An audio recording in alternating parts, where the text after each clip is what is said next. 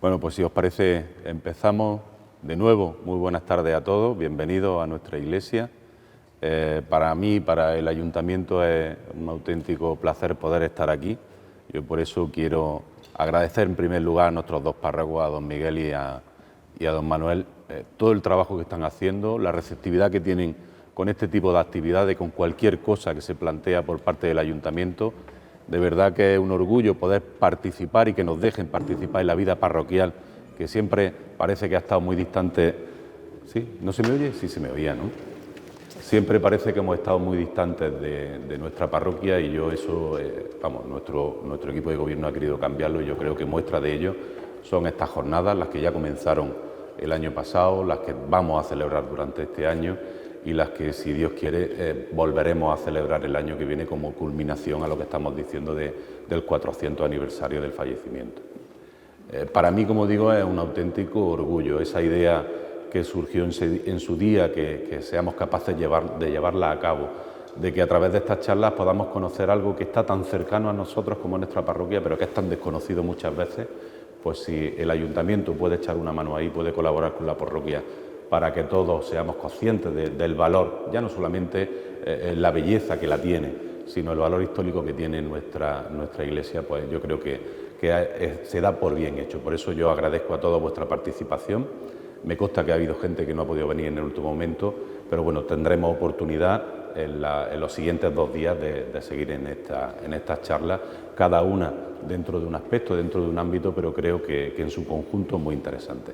Yo por eso, como decía, muchas gracias a nuestros párrocos por esa colaboración, por esa receptividad de estar siempre con lo que hacemos y sobre todo, y bueno, muestra de ello, no quería decir nada ahí fuera porque lo iba a decir aquí dentro, sobre todo por el trabajo que están haciendo, un trabajo de investigación, un trabajo por una parte de investigación, otro trabajo como pequeñas hormiguitas de ir haciendo cosas que yo creo que le están dando muchísimo valor a ese trabajo, valga la redundancia, y también a nuestra parroquia, ¿no? Yo por eso, como digo, les doy las gracias. Igualmente, les doy las gracias a los técnicos de cultura, a los técnicos que nos acompañan también de turismo, por el trabajo que están haciendo. Sin vosotros, sin vuestra participación no sería posible, pero tampoco sin su trabajo, al igual que la concejala, que Toñi o que Juanma desde Turismo, que están haciendo, que le están poniendo tanto cariño a este proyecto, que sin duda el año que viene, cuando esto culmine, pues va a ser todo un éxito. Y como no, muchas gracias al que ahora va a ser nuestro presentador, a Miguel Ángel Sorroche, que nos va a introducir un poco en la jornada del día de hoy, que ya en el año pasado, en la jornada del año pasado, ya fue incluso ponente de todo esto. Es uno de los ideólogos de esta jornada, de lo cual yo le estoy muy agradecido por ese trabajo. Igualmente a los profesores de la facultad que nos van a acompañar, que nos van a dar estas charlas, los que vinieron el año pasado, los que vienen este año y, como me gusta decir también, si Dios quiere, los que van a venir el año que viene para culminar y nada más, ¿no? Yo por mi parte muy orgulloso de, como he dicho antes, que el Ayuntamiento pueda participar en este tipo de actividades. Sin duda esto es un centro en el cual muchos de nosotros nos vemos a diario o por lo menos en fechas de guardar, como se decía antiguamente, y creo que debemos seguir fomentándolo. Es un espacio, es nuestra historia, es nuestra idiosincrasia propia de Albolote, nuestro Cristo de la Salud, nuestro retablo, y sin duda cuanto más los conozcamos, cuanto más nos acerquemos a ellos, más los vamos a querer. Yo ya, como lo interesante es escucharos a vosotros, os doy las gracias a todos. También, como digo, le doy las gracias a todos los que han participado aquí, a la hermandad. También le quiero hacer un reconocimiento porque siempre está muy cercana a todo lo que organizamos. Y sin más, pues ya le doy paso a Miguel Ángel, dándole de nuevo las gracias por todo su trabajo. Una persona que está siempre muy ocupada, pero que busca el hueco para su albolote. Algún día tendremos que hacerte albolote. Ya sé que va por ahí la idea. Venga, pues muchas gracias a todos. Que lo disfrutéis.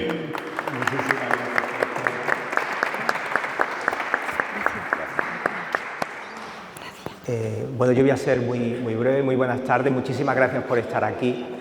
Cuando se planteaba, se pensaba en la posibilidad de trabajar en torno a algún proyecto aquí en Albolote y surgió la figura de Ambrosio de Vico, indudablemente desde el primer momento se nos planteó sobre todo la necesidad no solo de conocerlo a él, que como muy bien don Miguel ha hablado ahí fuera, viene de lo más humilde hasta convertirse posiblemente en la mejor persona que supo solventar problemas de dotación eclesiástica en un momento de Granada muy conflictivo después de la Guerra de las Alpujarras y en un proceso de cambio, de transición, que es posiblemente lo que hace más atractivo esos periodos.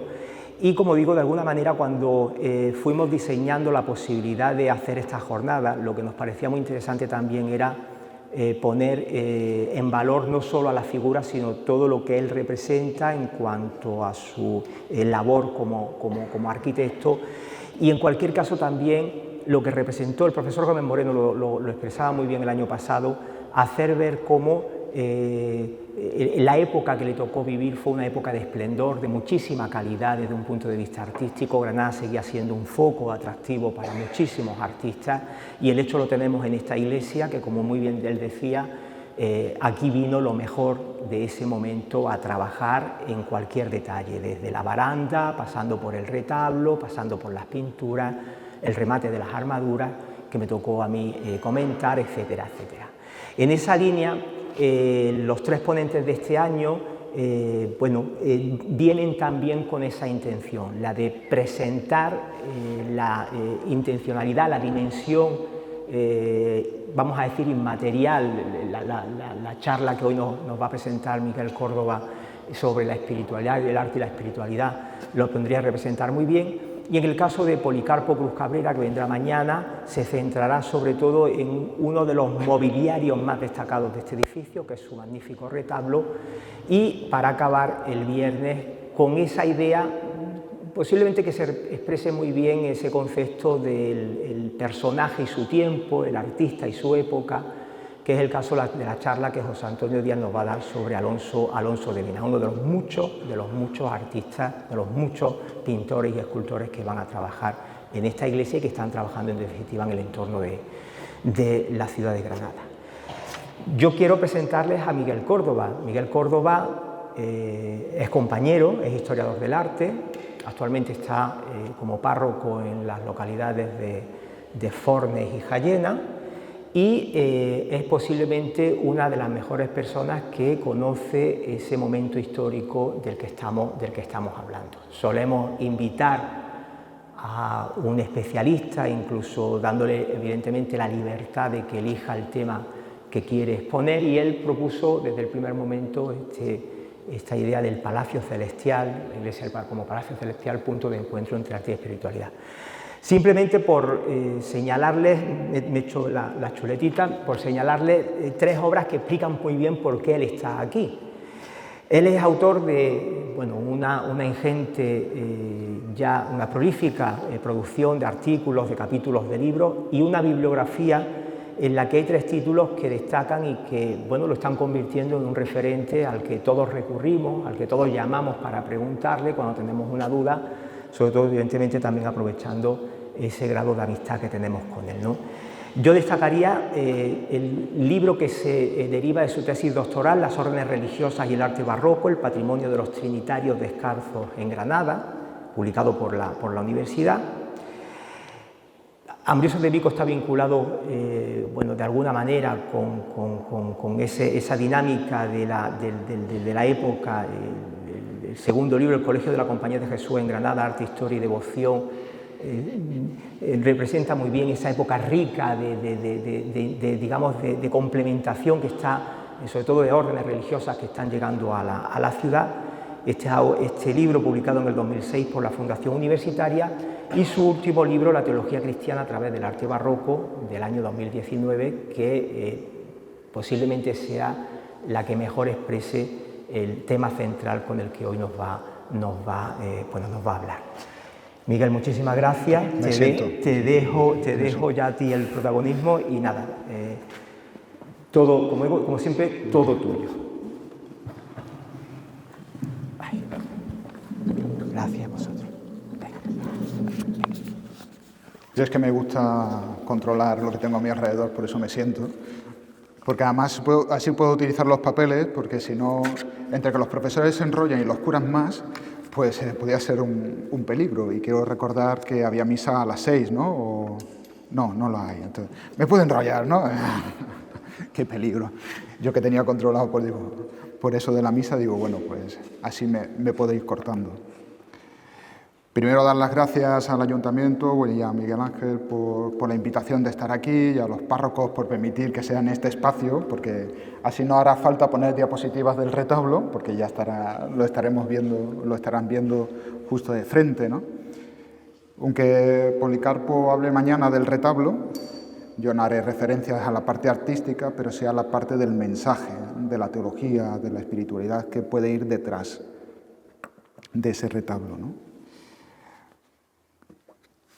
La exposición estará dividida en distintos puntos que nos ayudarán a ir desde lo más externo y comprender el arte como medio de expresión hacia ese camino de interioridad que hace todo cristiano para buscar y hallar a Dios allí donde se encuentre, especialmente dentro de una iglesia, ¿no?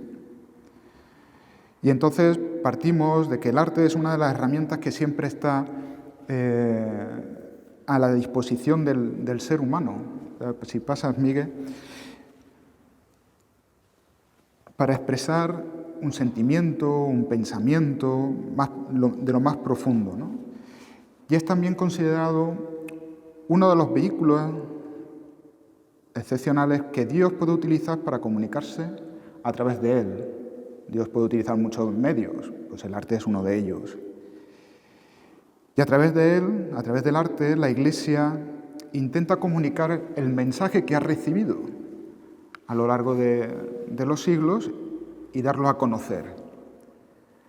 El arte, como bien saben y habrán ido escuchando en estas conferencias del año pasado y en estas que se van a desarrollar y las que se van a desarrollar en el futuro, pues tienen distintas capas de lectura, ¿no? Podemos verlas simplemente como una decoración, podemos ver la iconografía, podemos ver la historia que representa, podemos ver el mensaje que hay detrás, podemos ir conjugándolo, ¿no? Y entonces siempre hay que plantearse, sobre todo en el arte religioso, cuando lo vemos, y lo vemos dentro de una iglesia, preguntarnos cuál es el mensaje que nos querían comunicar esas personas en aquel momento. No se intenta dar ahora en la actualidad una catequesis directamente, pero sí preguntarse cuál era el mensaje, qué querían decirnos, porque eso nos ayuda a ubicarnos en un espacio y a romper nuestros propios esquemas, ¿no? Por eso, de forma general, debemos tener en cuenta que cuando un cristiano entra en un templo, busca de modo especial el encuentro con Dios. Y por lo cual tenemos que romper con los esquemas de que una iglesia es un museo. Y muchas iglesias se han ido convirtiendo en museos. De repente entramos en la iglesia y encontramos letreritos explicativos de todo. Entonces ves a los turistas y a la gente leyendo todos los letreritos. Pues estamos rompiendo con la idea original. No es un sitio para aprender, sino para encontrarse con Dios. Hay que informar, es cierto, pero hay que buscar ese equilibrio, ¿no? Por lo cual, a lo largo de esta exposición intentaremos comprender cuál es el mensaje primeramente del contenedor, es decir, del recinto de la iglesia, porque la iglesia, la arquitectura, el espacio también transmite un mensaje, ¿no? Porque es el lugar donde se recogen los fieles y es el lugar propicio para encontrarse con Dios, que se va revelando a lo largo de la historia. Entonces, si el arte lo tomamos como medio de expresión, Miguel, y pasas, el arte, a través de los materiales, superficies, colores, texturas, formas, lo narrativo, hace explícito lo que el artista fiel busca y al mismo tiempo le permite dejar cosas implícitas, no todo que tiene que quedar expresado, no todo tiene que quedar dicho en una obra.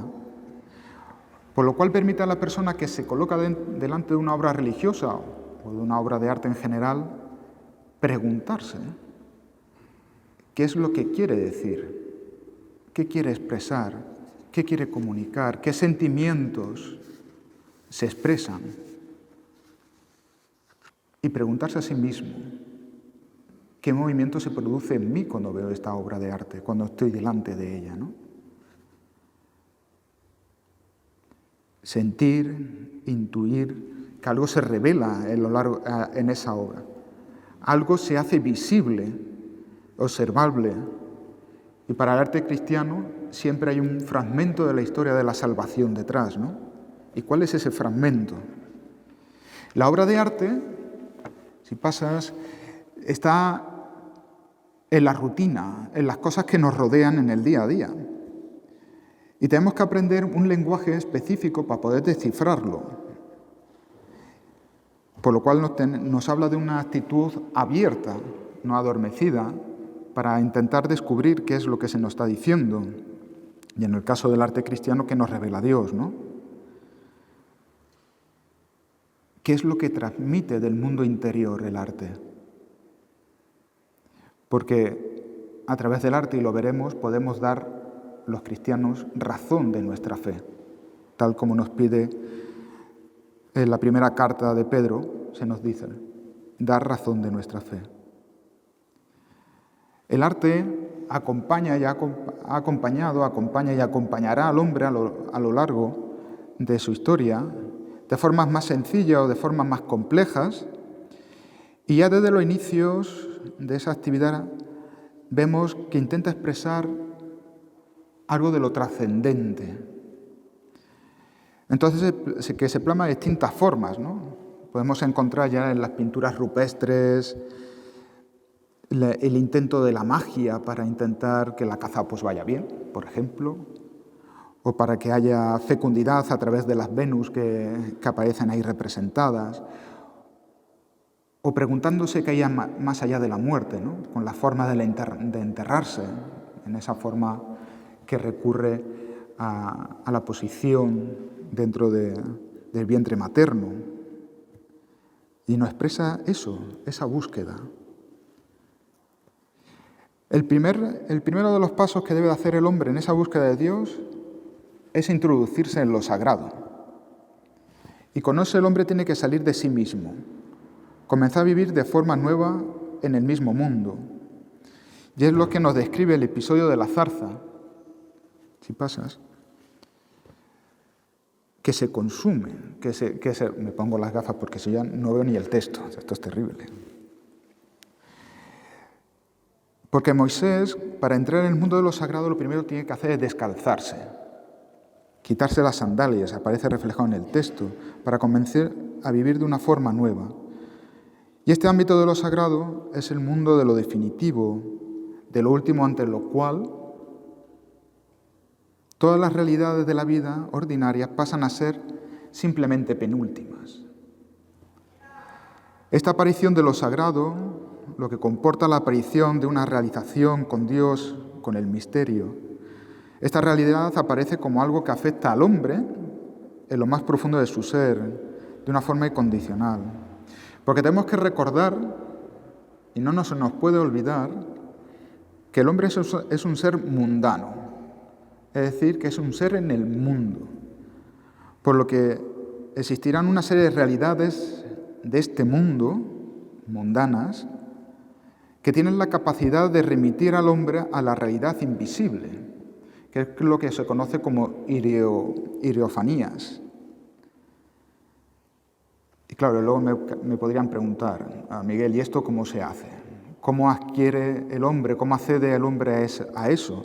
Y es a través de los sentidos, a través de nuestra sensibilidad, que se va apagando por toda la publicidad que vamos recibiendo, por todos los medios, por tanta imagen, por tantos sonidos, por tantas palabras.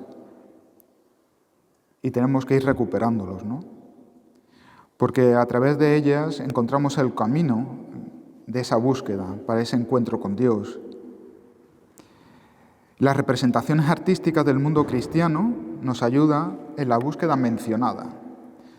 Y este es el templo y los elementos que contienen el templo. Y es aquí donde nos vamos a adentrar. ¿Cuál es su significado profundo? ¿Cuál es su relación con el arte? Porque el templo es un punto de encuentro entre lo terrenal y lo celestial. Es un anticipo del templo de Jerusalén celeste, Por eso podríamos decir que es ese palacio celeste en el que se nos facilita a los fieles un punto de diálogo, de comprensión y encuentro con Dios. Por eso, si recogemos las palabras que dijo San Juan Damasceno en su obra Constantinium, dice: si un pagano viene y te dice, muéstrame tu fe, llévalo a la iglesia, preséntale la decoración con que está adornada y explícale la serie de cuadros sagrados. Lo cual implica, a los cristianos nos implica que tenemos que conocer qué es lo que está dentro, cuál es su significado. Y ahí viene el ejercicio de cada uno de nosotros. ¿Conozco lo que está en mi parroquia? ¿Conozco qué significa? Porque si no, no podríamos llevar a cabo esto que nos pide San Juan Damasceno. En ella el autor, por lo tanto, y en lo que dice, nos invita a que entremos, observemos, miremos, sintamos, oramos y hablemos de nuestra fe, que hablemos de Dios a través de las obras artísticas que nos rodean. Porque la palabra con mayúsculas se hace visible a través de Él y toma cuerpo por medio de la creación artística. Es verdad que el edificio sagrado es lo que nos sirve de contenedor, pero al mismo tiempo es metáfora del hombre que busca su propia frontera y su propia identidad, en cuyo interior busca lo trascendente, que también refleja lo exterior. Muestra la belleza de la vida y muestra la belleza de la creación. Las iglesias, las obras de arte que contuvieron en un pasado y que contienen en el presente, nos ayudan a hacer memoria de ese pasado, de esa historia. Nos ayudan a que lo invisible tome una expresión, aunque limitada, haciéndolo visible. Porque claro, lo invisible, lo trascendente, no se puede explicar todo en una obra de arte. Es imposible, porque es inabarcable. Pero algo sí que nos ayuda a comprender. Y esa presencia nos habla también de un futuro, de nuestra historia. Si hacemos un repaso por la Biblia, y para comprender el significado del templo, tenemos que partir, como no podría ser de otra forma, del Antiguo Testamento. Y en él podemos ver desde el principio cómo el arte, el templo, están vinculados. Dios va a dotar de dones a los artistas para que, como dice el texto del Éxodo, con sabiduría, inteligencia y ciencia en toda clase de trabajos, para concebir proyectos y realizarlos en oro, plata y cobre, para tallar la piedra y engarzar, para esculpir la madera y realizar toda suerte de trabajos. Y Dios dota al hombre para que se pueda expresar, para que construya el templo, el lugar donde va a habitar Dios. El templo es el espacio donde se produce la revelación de la creación. En su estructura y en su decoración, el templo debe recordar toda la creación, desde el que se entiende toda la creación que incluye toda ella. Se va al templo para redescubrir que toda la creación es un templo, es decir, un lugar de encuentro con Dios. Y como dice el salmista, cuán grande es tu nombre en toda la tierra, en el Salmo 8.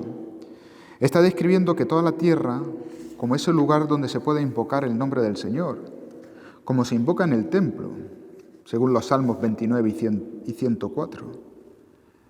Y en el siglo I, Filón de Alejandría pudo decir: la razón de ser de cada uno de los objetos del templo es imitar y representar el cosmos.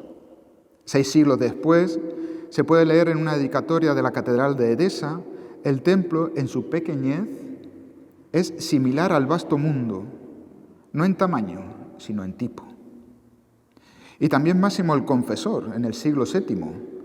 El rito de la incensación significa que el edificio eclesial es forma e imagen del mundo entero. De este modo, la creación se intenta llevar al templo por medio de la decoración, para recordar a los fieles a dónde se dirige, hacia el paraíso. Por eso en el barroco se van a empezar a decorar las paredes. Piensen nada más que en la Basílica de las Angustias o en la Basílica de San Juan de Dios, en Granada, capital, toda la decoración. Todo está decorado con hojas, con temas vegetales, con temas florales, por ese intento de que cuando el cristiano entre, se imagine que está llegando al paraíso. Pero, ¿qué significa el templo en el Antiguo Testamento? Si leemos los pasajes que se refieren a él de una forma u otra, es símbolo de la alianza renovada, signo y símbolo de la historia de la salvación. Recordemos cómo después de que Moisés descendiera por segunda vez del monte, se mandó construir el santuario, por lo cual el santuario se convierte en recuerdo perenne del Sinaí. De esa forma, el templo judío y el cristiano se van a caracterizar por este símbolo, el monte Sinaí. Y ya sabemos que el monte es el lugar privilegiado para encontrarse con Dios. Subir, por lo tanto, al templo es subir al Sinaí. Por eso en las iglesias cristianas el altar se elevaba para que nos recordara la montaña sobre la que se renueva la alianza. Por eso el templo es el lugar de encuentro con Dios, siempre dispuesto a renovar la alianza rota. Por ello el templo se convierte, como decíamos, en el punto de encuentro entre el cielo y la tierra. Es símbolo de la escalera de Jacob por el que subían y bajaban los ángeles. Es el lugar donde se abre el cielo. De este modo el templo se convierte en memoria, como voy repitiendo, de la historia de la salvación, clave de la interpretación humana que peregrina. Por medio del templo se recuerda que Dios fue fiel y siempre va a permanecer fiel. De esa forma, los templos cristianos, la planta longitudinal, recuerda el camino que el creyente tiene que hacer, no solo para el conocimiento interno de sí mismo, sino para acercarse al conocimiento de Dios. Esa nave que muchas veces recorremos corriendo porque llegamos tarde a misa. Y sin embargo, por eso le perdemos su significado. Si damos un salto y nos vamos al Nuevo Testamento, la comprensión del templo entre los cristianos cambiará a partir de la destrucción de este en el año 70 por el emperador romano. Para la primitiva comunidad cristiana, en Jesús se cumple lo prometido en el Antiguo Testamento, bien lo sabemos. Él va a ser la clave de interpretación de toda la creación, pues como escribió San Juan, todo fue hecho por Él y sin Él nada se hizo de todo lo que existe. Él es el camino, la palabra, que se ha hecho carne, visible en la vida de los hombres, donde Jesús es el nuevo templo, su cuerpo y su vida. San Irineo nos dirá que durante la misa sobre el altar se lleva toda la creación con el pan y el vino, porque a través de la puerta de la Eucaristía se convierta en todo en cuerpo de Cristo. Por eso cuando Cristo muere, la creación se oscurece y la tierra tiembla. El evangelista nos dirá que Jesús habló del templo de su cuerpo, por lo que si Jesús es el templo, los cristianos ya no necesitan templo, porque entendían que Jesús era la conclusión de la historia del templo. Por eso durante las persecuciones del cristianismo en los primeros siglos, los cristianos no tenían ningún problema en reunirse en cualquier lugar, en cualquier casa, en las catacumbas. No necesitaban un lugar específico. Podían reunirse en mitad del bosque o en el desierto, en una barca, porque no necesitaban el espacio concreto. Todo el espacio era referencia a Dios. Se podía encontrar a Dios. Será tras las victorias de Constantino contra Magencio en el puente Milvio en el 312,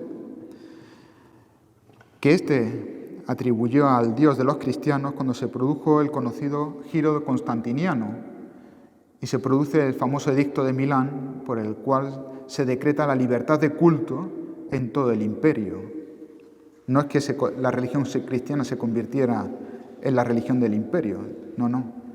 Se da libertad de culto y esto permite al cristianismo hacer culto público, por lo cual comenzará a buscar edificios para realizar su culto y opta por las basílicas, un edificio de la arquitectura civil, por lo cual se aleja de la arquitectura religiosa del momento, de los templos paganos o de cualquier reminiscencia del templo de Jerusalén que ya había sido destruido.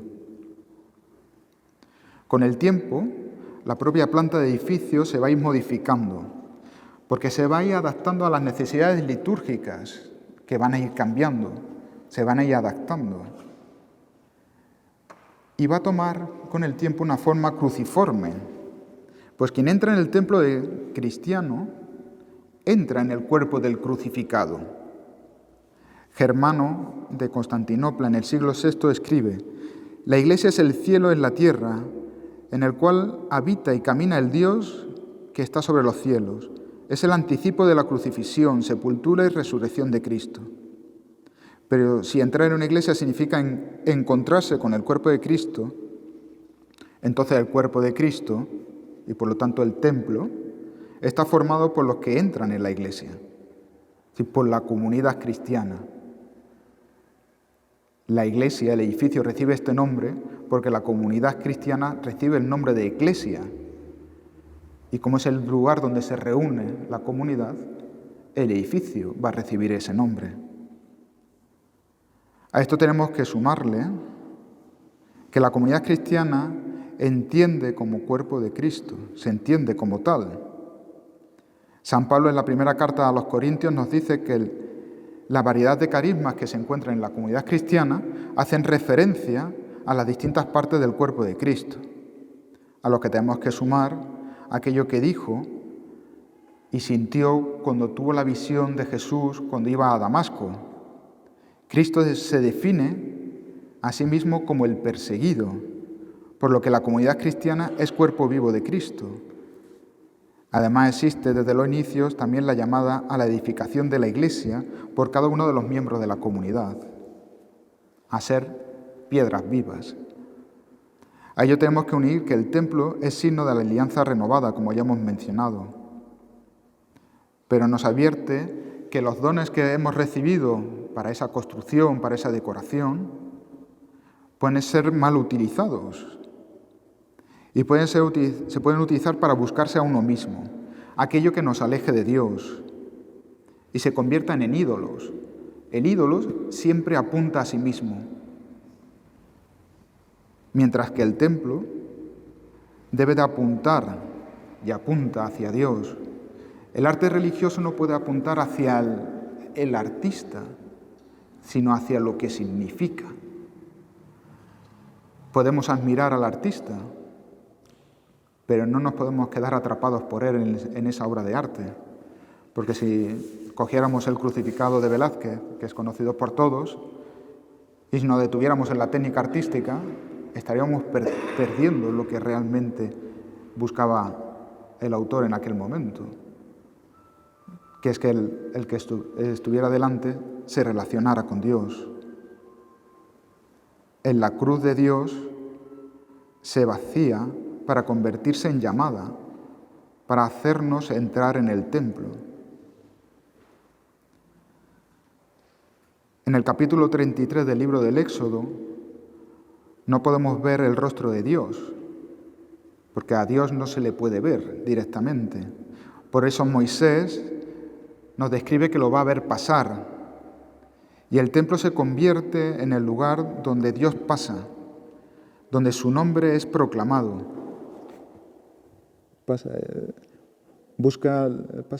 Es que me enrollo y se me olvida. Sí, aparece Moisés, ¿no? Sí, ahí. Ahí. Ahí vemos representado cómo Moisés se tapa el rostro para no ver pasar a Dios, para no morir. Y es tapado y se introducen en un hueco de una piedra y Dios pone la mano para que no muera y lo ve pasar.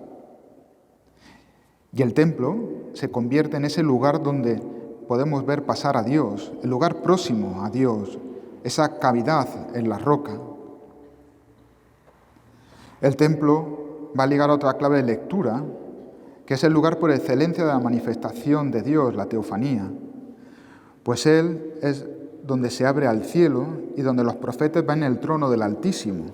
Si pasas, podemos ver unas escenas donde se representa la visión de Ezequiel y del Apocalipsis, donde aparecen los 4 vivientes los cuales son testigos inequívocos de la revelación de Dios, quien está en modo de los cuatro vivientes, es siempre Dios mismo asentado en su trono. Durante el románico, si pasas, nos encontramos con esta imagen, Cristo en majestad, que es conocido como el Pantocrátor. Si se fijan, está rodeado por lo que se conoce como mandorla, que viene a recordar la cáscara de una nuez, y sabemos que la cáscara es dura, y está rodeado por estos cuatro símbolos. Y lo que se nos viene a decir es que para poder entrar en el misterio de Dios, tenemos que hacerlo a través de los evangelios. Esta imagen en el barroco se perderá, desaparece. Solamente nos queda una obra de Rafael Sanzio, el famoso Rafael, que lo representa. No, esta es la imagen del Pantocrátor y ahí tenemos esa imagen de Rafael. Como otra que hizo Rubens, donde aparece rodeado de los cuatro símbolos de los evangelistas. Mas en la decoración de los templos, aunque no en este lugar, porque tenemos un artesonado, en las pechinas suelen aparecer representados los cuatro evangelistas, porque la cúpula representa la apertura hacia el cielo, por lo cual lo que nos está diciendo es que para poder acceder al cielo tenemos que comprender y leer lo que se nos dice en los evangelios. Además, en muchas ocasiones también se vienen a representar los doctores de la Iglesia en el tambor que sostiene la cúpula, como diciéndonos que los que están autorizados para interpretar lo que se dice en los evangelios es el magisterio, aquel que tiene los estudios para poder hacerlo, la autoridad para poder hacerlo. Y esto lo podemos ver, ¿qué es lo que aparece, Miguel, que no lo veo?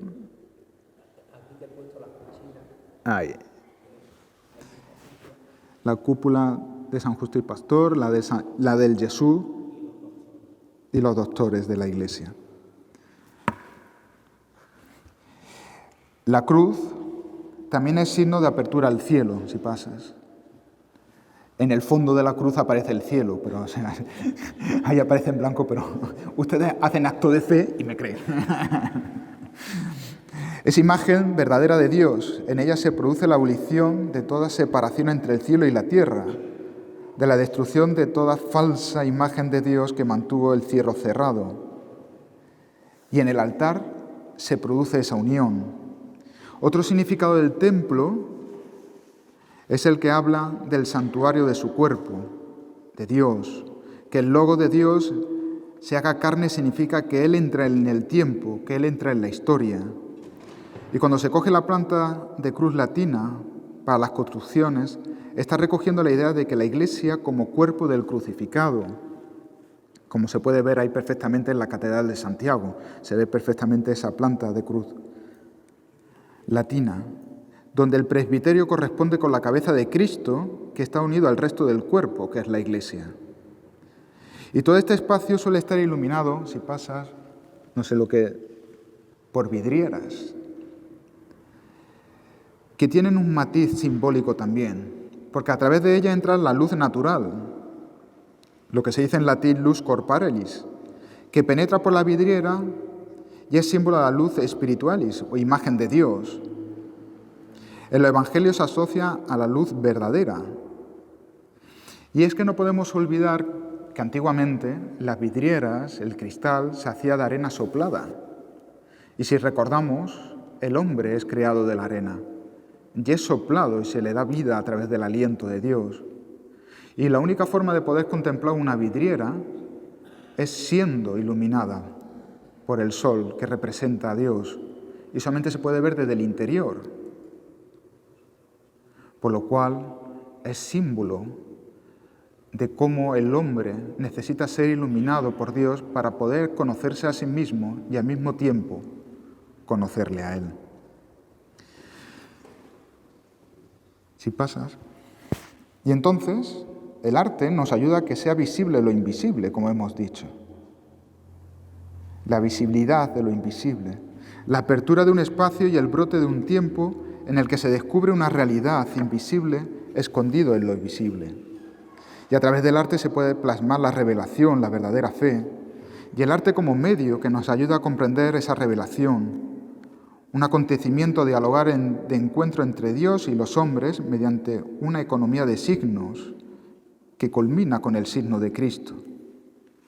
Y recordemos que Jesús es el que hace visible al Padre, por lo cual lo que es invisible se ha hecho visible. Pero también se nos recuerda que la revelación plasmada en el arte plasma algo que solamente se puede ver con los ojos del corazón, por lo cual no lo puede expresar en su totalidad. Por eso, la actitud que se les pide a los fieles que estén delante de una obra religiosa es que miren más allá, que miren con fe. Pasa.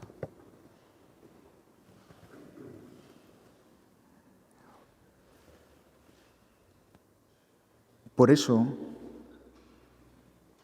en muchas ocasiones, en los púlpitos se suele colocar la imagen de la alegoría de la fe, que es representada como una mujer con los ojos vendados, recordándonos el macarismo de Jesús después de la resurrección. Dichosos los que no han visto y han creído. El arte religioso plasma la palabra, que es recogida en la Sagrada Escritura, y es allí donde el testimonio de la revelación divina en la historia, de tal manera que el fiel pueda acercarse a ella, la vea, la medite, la contemple, la interiorice. El Evangelio no solo nos presenta la palabra, sino que va acompañado con signos, la obra de la salvación que habla y muestra quién es Dios. Los apóstoles tras la resurrección toman conciencia de que se han convertido en los mediadores de los humanos de la palabra definitiva de Dios y que tienen que proclamar esa palabra sin desfallecer, que la palabra de Dios sigue siendo pronunciada a través de la predicación de Jesucristo por medio del anuncio apostólico. Y todo ello será transmitido a través de la tradición, siendo la Iglesia la guardiana y depositaria de esto, pero no la creadora. No puede crear nada, no ha creado nada, sino que lo custodia y lo transmite, lo interpreta a través del magisterio. Pero el magisterio no está por encima de la palabra de Dios, sino a su servicio para enseñarlo puramente y transmitirlo. Por eso aparecen los padres de la Iglesia para interpretarlo, como pueden ver ahí en la Catedral de Granada, o pueden ver y se puede observar también en las ménsulas que sostienen las columnas en el primer piso, que están en el banco. Aparecen los cuatro padres de la Iglesia, entre medio de los evangelistas, diciendo, ellos son los que van a interpretar los evangelios. Es el magisterio quien lo interpreta. Por eso en los púlpitos también aparece la imagen de los cuatro evangelistas, el rostro del evangelista, como aparece aquí, recuperando esa talla antigua, ese mensaje, porque él se nos dice que es donde es proclamado el Evangelio. Y en otras ocasiones aparecen los doctores de la Iglesia, como diciendo que el presbítero, que es el que está, el cura, que es el que está en el púlpito, está haciendo la predicación y está interpretando el significado de esa palabra. Es cierto que en las órdenes religiosas, en los púlpitos que aparecen en sus iglesias, Santa Isabel, ¿le aparece?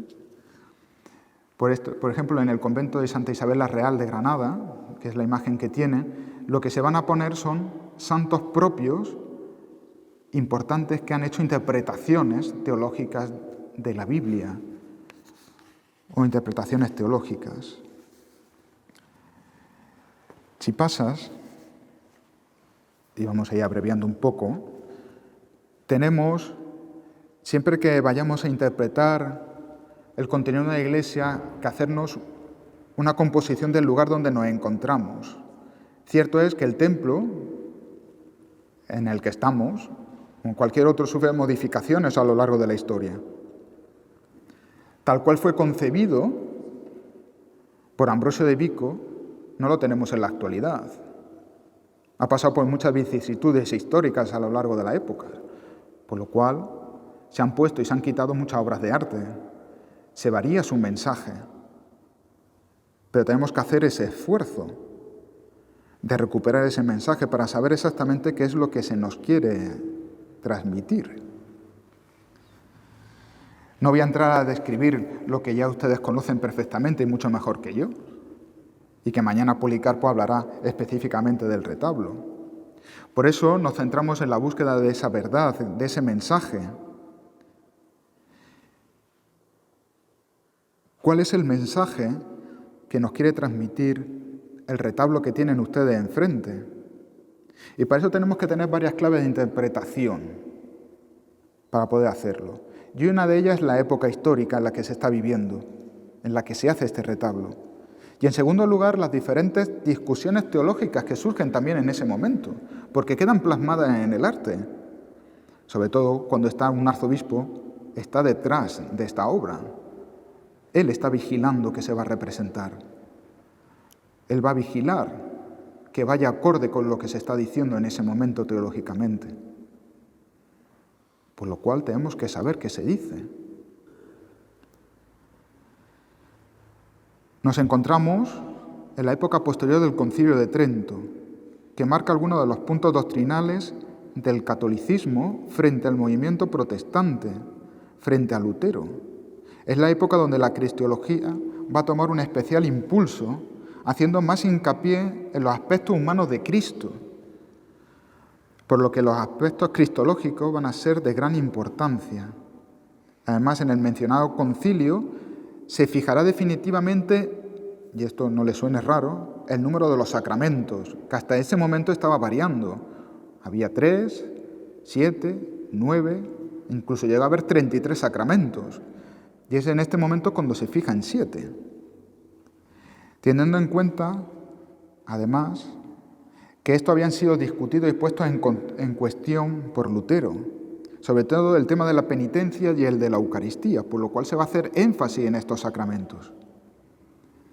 En este último, en el de la Eucaristía, el ex Agustino había negado la presencia real de Cristo en el pan consagrado fuera de la Eucaristía, por lo que se va a promover la adoración del Santísimo Sacramento y su presencia real en las celebraciones litúrgicas, por lo cual se va a fomentar las procesiones del Corpus Christi, se va a fomentar la exposición del Santísimo y su adoración. También se había puesto en tela de juicio el tema de la Iglesia, sobre todo el tema del magisterio, su papel como intérprete de la Escritura. Temas de eclesiología fueron impulsados por el concilio. Y por último, destacar la negación por parte de los protestantes de la Inmaculada Concepción, del papel de María, por lo que se va a fomentar en el arte cristiano todo lo relacionado con la Virgen y su vida. Claro ejemplo lo tenemos en el retablo que tienen ustedes de frente, dice a su espalda, no, a mi espalda, que están viendo todo un ciclo dedicado a la vida de la Virgen. El siguiente paso que tenemos que hacer para descubrir el mensaje original es romper, como decíamos, con nuestros esquemas. Pues tenemos que situarnos en la época que hemos mencionado. Tenemos que descubrir qué es lo que está detrás de esta obra, que es una metáfora del propio hombre que busca sus respuestas. Y recordar nuevamente qué es lo que simboliza el templo. La palabra hecha carne que está siendo representada, que es recogida en los evangelios. Por eso los evangelistas están en el banco, en la base del retablo. Hay que partir de ellos. Hay que conocer los evangelios. Si preguntara a quién se han leído los 4 evangelios de corrido, no a cachitos, exceptuando a los párrocos, exceptuando a las catequistas, ¿quién se los ha leído? Los leemos a cachos y hacemos un uso a cachos de los evangelios para interpretarlos o lanzarlos a la gente, pero no los hemos leído de forma corrida como historia. Y hace falta acercarse de ellos desde el primer capítulo hasta el último, hacer una lectura corrida de ellos. Y luego, como hemos dicho, se colocan los padres de la Iglesia, que son los que lo interpretan. Pues esto es lo que ve el creyente cuando entra por la puerta. el retablo mayor. Y es lo que se le quiere comunicar desde el principio. Visibiliza el cuerpo místico de Cristo y ve su cabeza en el presbiterio, en el altar. Si nos damos cuenta y recuperamos lo que decíamos al principio, además el retablo cuenta con una decoración vegetal que viene a recordarnos el paraíso. Esa decoración vegetal, según avanza el barroco, se irá haciendo cada vez más visible y más abundante. Pero es que además nos encontramos con las cabezas de distintos querubines, que son esas representaciones de cabezas de ángeles con alas simplemente, que son el segundo escalafón de los ángeles, es decir, los más cercanos a Dios, los que están contemplando a Dios directamente. Por lo cual, al fiel cuando entra y observa esto desde la puerta, lo que se le está diciendo, se le quiere comunicar es que está en el paraíso, que está contemplando a Dios, que está en el cielo, que se le está siendo revelada parte de la historia de la salvación y que ella está próxima a Él. El camino que tiene que recorrer hasta llegar al presbiterio, ese recorrido de la nave, en él se solían colocar los confesionarios, de tal manera que el fiel pudiera hacer limpieza interna, limpiarse de ese pecado, ponerse a bien con Dios para poder acercarse hacia el altar. Y de esa forma participar plenamente de la Eucaristía. Durante el barroco, además, en las naves de los templos se colocaba un apostolado, tal vez este lo tuvo, en forma de pinturas, y que han ido desapareciendo a lo largo del tiempo. Si pasa, se puede ver el apostolado que se encuentra y que se conserva de la Virgen de las Angustias, por ejemplo. Y ese apostolado nos confirma esa unión entre el cuerpo y la cabeza que es Cristo. Pero es que además, en el altar, se conservan lo que se conocen como las sacras, que es donde se conservan las reliquias. Si pasas, ahí tienen distintos ejemplos de sacras, de altares. Y ya saben que debajo de la sacra se mete una reliquia o reliquia de varios santos. Y esto va a representar el cuerpo místico, que se une al cuerpo de Cristo durante la Eucaristía. Por lo cual, la iglesia terrenal, la iglesia triunfante, quedan perfectamente unidos con Dios, con Cristo. Y esto nos recuerda las palabras que dice el Apocalipsis. Os habéis colocado bajo el altar de Dios, oh santos de Dios, interceded por nosotros. Si nos centramos en el programa iconográfico del retablo mayor, tenemos claro que todo gira en torno al tema de la encarnación, como hemos comentado. Es el tema principal, la Virgen. Pero no se representa la encarnación, sino la anunciación.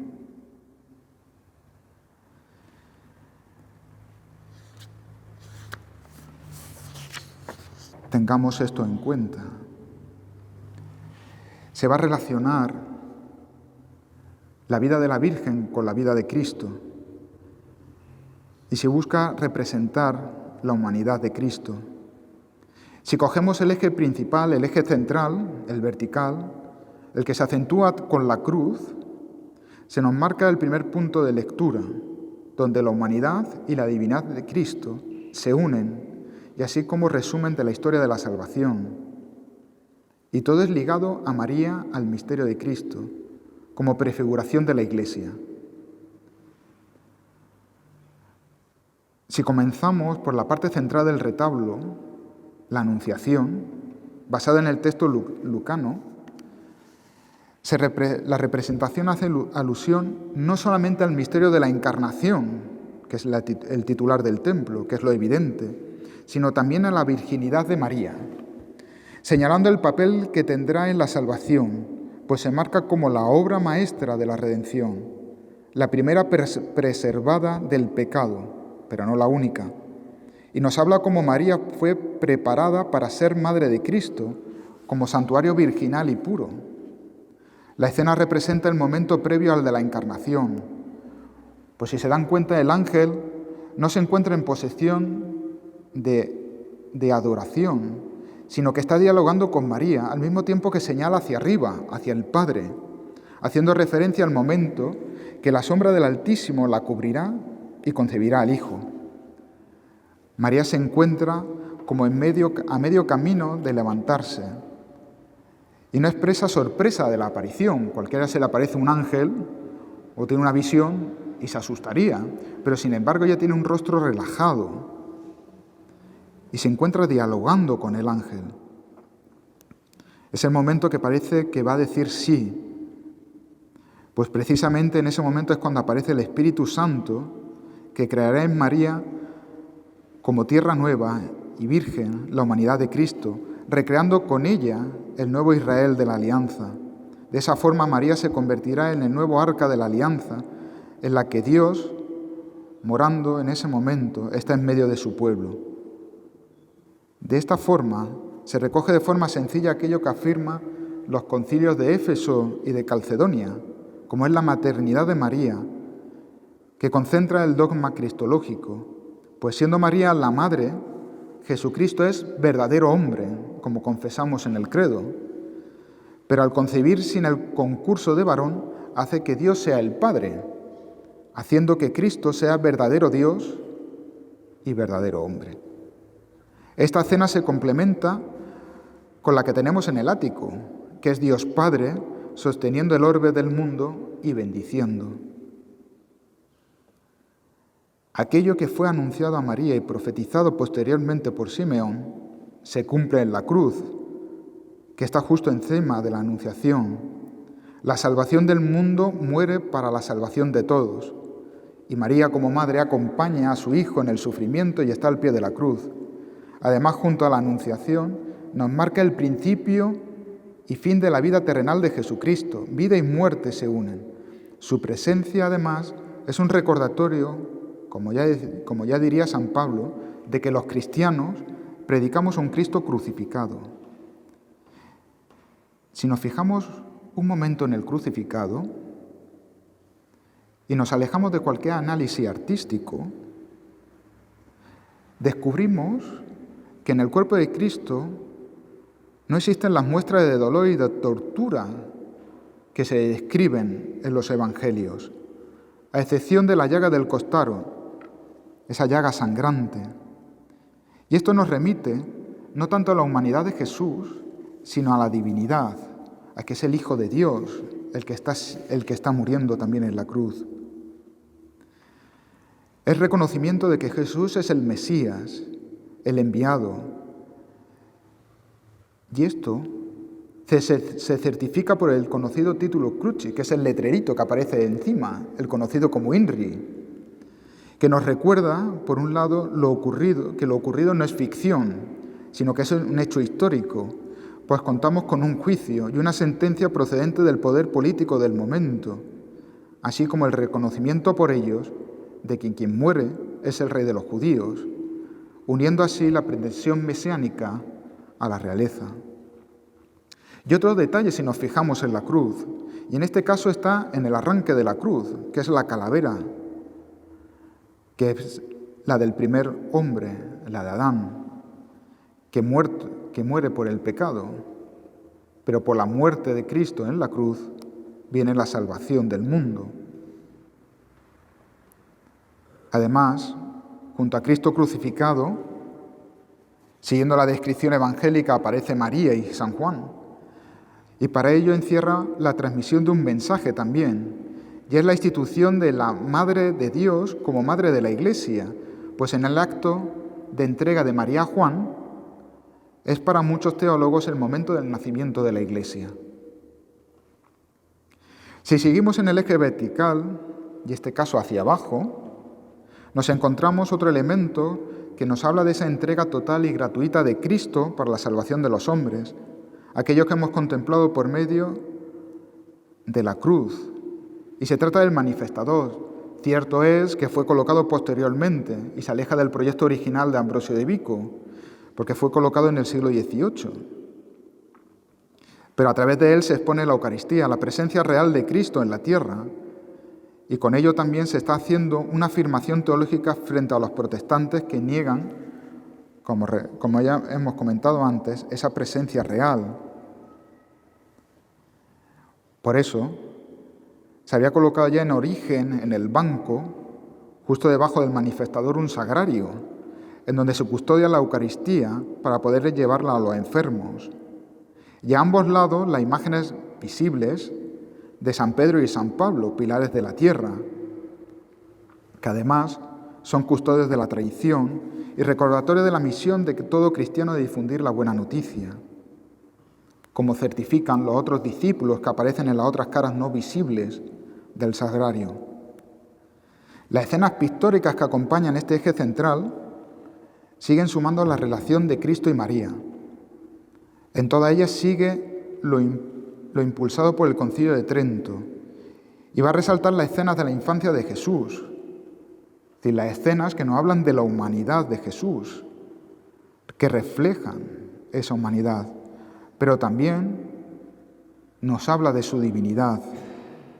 El nacimiento será una de las escenas que vaya mudándose a lo largo del tiempo, que vaya cambiando del Renacimiento al Barroco, porque se pasará de ir mostrando al cuerpo desnudo de Cristo, de ese niño que está vestido entre pañales, como aparece en esta escena, en donde María se presenta arrodillada, porque es el niño Dios quien está junto a él.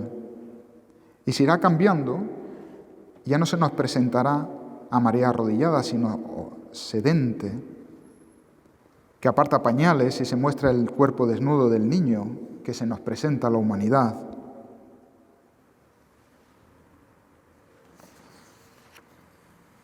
Con la visitación se presenta el momento de encuentro entre las dos mujeres, entre las dos primas, entre María e Isabel, donde Isabel aparece en un plano ligeramente inferior.